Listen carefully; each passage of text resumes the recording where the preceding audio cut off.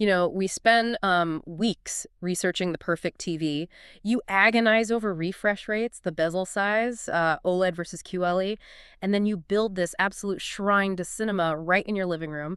But at the very last mile, You completely ruin it. exactly, you ruin the entire setup with some like $5 cable you dug out of a junk drawer. It is the classic bottleneck. I mean, you can have a reference quality display and a perfect master source, but if that pipeline between them is too narrow, none of it really matters. So true, which is exactly why today's deep dive is focused on the actual infrastructure that makes 4K possible.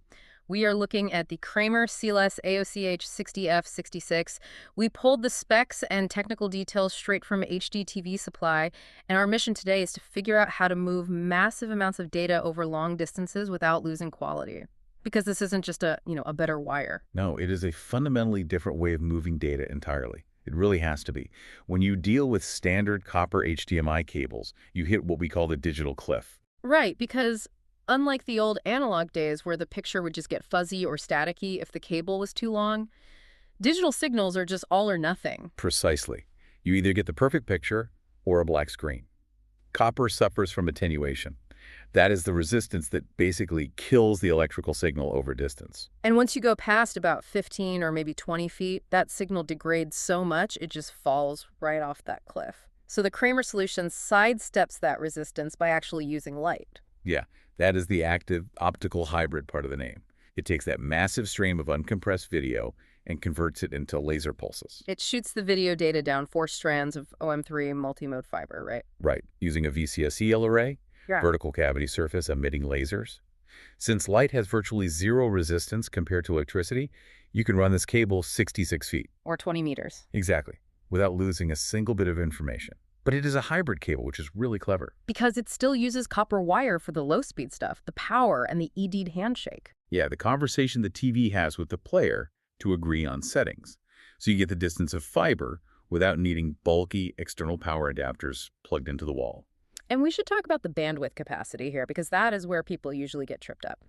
This cable is rated for 18 gigabits per second. Which is the magic number for full HDMI 2.0 compliance. If you want 4K resolution at 60 Hz with a 4.4.4 color space, you need that 18 Gbps pipe. And for anyone wondering, 4.4.4 essentially means zero color compression. You aren't throwing away color data to save bandwidth. You see the pixel exactly as the colorist mastered it. It is the difference between heavy streaming compression and a raw, perfectly reliable feed. Now, usually when we picture high bandwidth, long distance cables, we think of something thick, heavy, and totally impossible to bend. Like rustling a garden hose. Exactly. But because this uses fiber optics instead of thick copper gauges, the form factor is drastically thinner. It's only about 4.5 millimeters in diameter. Since glass fiber does not need the massive electromagnetic shielding that copper requires, the cable is incredibly flexible.